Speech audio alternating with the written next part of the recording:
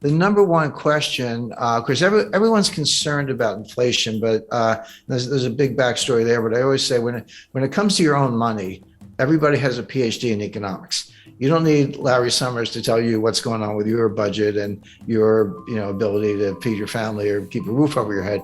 So people get inflation. It's one of the reasons it's so politically toxic is because it's unavoidable. You can't fudge it. You can't spin it. It's like, hey, if I used to fill up my Ford F-150 truck for $50 and now it's $125, A, you get it. It's right in your face. And B, that's $75 that you don't have to take your spouse out to dinner, buy a new jacket or whatever. So there's kind of demand destruction at the same time you're spending more money on the one thing you can't do without. So people get it. But then from there, the question I get the most is, hey, Jim, is this going to cause a recession? Are we going to have a recession? And as recently as a few months ago, I would say, yeah, I think so. You can see it coming late this year, early next year. Now I say, we're in a recession. I mean, it's not coming, we're in it. And there's data. I never make statements like that, Brian, without supporting it. We know that the standard definition of a recession is 2 consecutive quarters of declining GDP.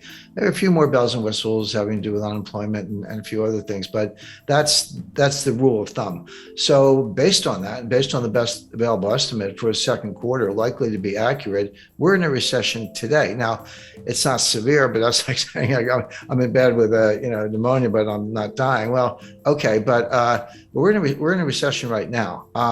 There's a lot of whistling past the graveyard. I mean, the stock market is still greatly overpriced. There's still the buy the dips mentality hasn't gone away. It's still there. You got people like Jim Cramer yelling, buy Netflix or whatever.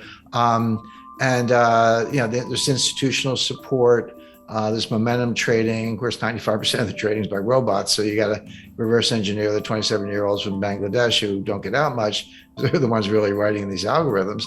Brilliant engineers, but you'd have to show them around Wall Street. So all that's going on. So we haven't really seen the market collapse, stock market collapse that I would expect in association with a severe recession has not happened yet. This is just going to play out. It'll get worse as the year goes on. All right, so you're expecting a major correction in stock markets on the back of a recession. Alone. I mean that is my expectation. I have my own models and I look at it closely. But if you listen to Michael Burry, Jeremy Grantham, Charlie Munger, these people have been around and they run hundreds of billions, and they're saying the same thing. So, every now and then someone will throw some statistic at me and I go, how long is your time series? And I go, we took it back 5 years. I was like, talk to me if you've done it for 100 years, because that's a little more meaningful. But Jeremy Grantham actually did do a 100-year time series and looked at bubbles all over the world, 1929 US, 1989 Japan, 2000 dot-com stocks, and many others. And he said he's never seen anything like it. It's a triple greatest bubble of all time ×3 in the sense that it's real estate, stocks, and other asset classes. So I do. That is my view, but it's shared by a number of other analysts. And that would mean like S&P coming off another 20-30%? Yes. And again, you have to remind people. 1929, the stock market fell 22% in 2 days. It wasn't one day. It was like 12% one day, 11% the next day. So 23% over 2 days. But that wasn't the crash. That was the beginning of the crash. This Dow Jones fell 82% from top to bottom. Now, it took 3 years. It bottomed in June 1932. Started in October 1929, so not quite 3 years. But that fell 82%. And that happens. So we're down, NASDAQ's down, bounced back a little bit in recent days, down close to 30%, down the S&P down over 20%. We're in bear market territory, but that's just the beginning. That's not what a full bear market, market adjustment looks like in the face of the kind of recession that I expect. Talk to me about inflation, because I was looking at some of the inflation numbers, and you have to go back to the 80s to see anything that's approaching double digit. I remember being just a kid hearing about double digit inflation. I could kind of remember the gas pumps, the lines at the gas. It's like a distant memory of me in the 70s. But how do you talk to younger people these days about what inflation is or it means, because I don't think people really grasp what it actually means to your savings or to the economy in even a medium term. Well, that's exactly right, Brian. And if you, you're a little younger than I am, but I lived through it. I started my career in banking in 1976, and I remember my wife and I used to kid each other. She was in advertising, I was in banking, and the inflation was so bad, you'd get a raise every like 4 or 5 months, and you didn't have to ask. They would just give it to you because they knew that you were going to quit if they didn't keep up.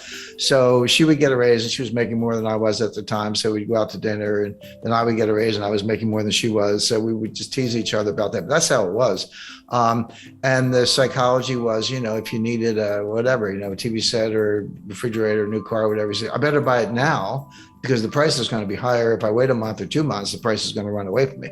So it had huge behavioral effects. Of course, gold was, going to the moon. There was a lot going on at the time. But Brian, you're right when you say we're putting up inflation numbers today that are the highest in 40 years. That is correct.